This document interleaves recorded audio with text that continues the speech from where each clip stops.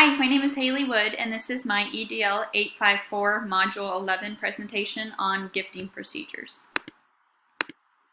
So first, gifts to students. Gifts should only be given to students for incentives for fundraising or awards for special achievement. So when they're used as incentives for fundraising, it needs to make sure that the gifts are for participants only, they are appropriate to the student's age.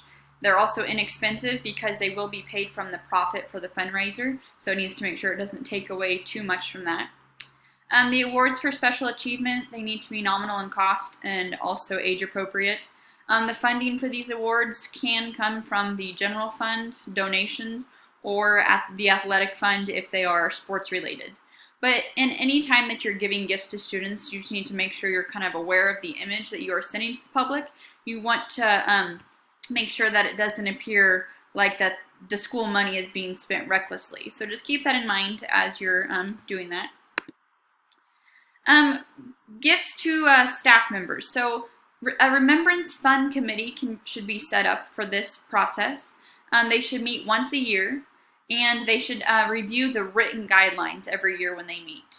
They come up with the dollar amount that is spent, the limit for gifts, and also come up with some ideas of things that are appropriate gifts for these purposes. The members should rotate yearly, and the money into this remembrance fund comes from annual dues from teachers and staff members, as well as donations, or anything that is raised by the staff. Any money that is raised by the staff. So gifts for staff members falls into kind of three categories, three purposes.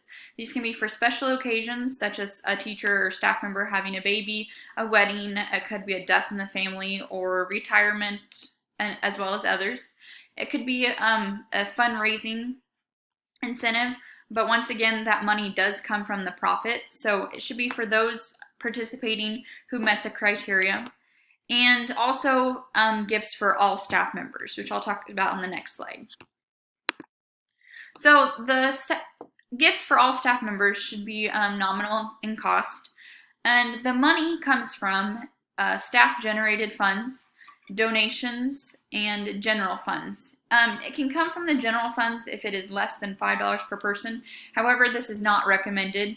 It should really try and keep it coming from donations, such as examples from the school PTA or staff-generated funds, whether it be a bake sale that the teachers do or a pop machine that the teachers are putting the funds into. That's kind of where the main money should come from, those purposes.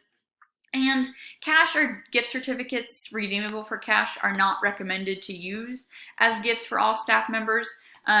The reason for this is kind of for tax purposes. It would need to be added to the W-2. So just staying away from those would help make the process a lot simpler. School shirts could be a good example of an all-staff gift, as long as, once again, the funds are coming from staff-generated or donations. Thanks for watching.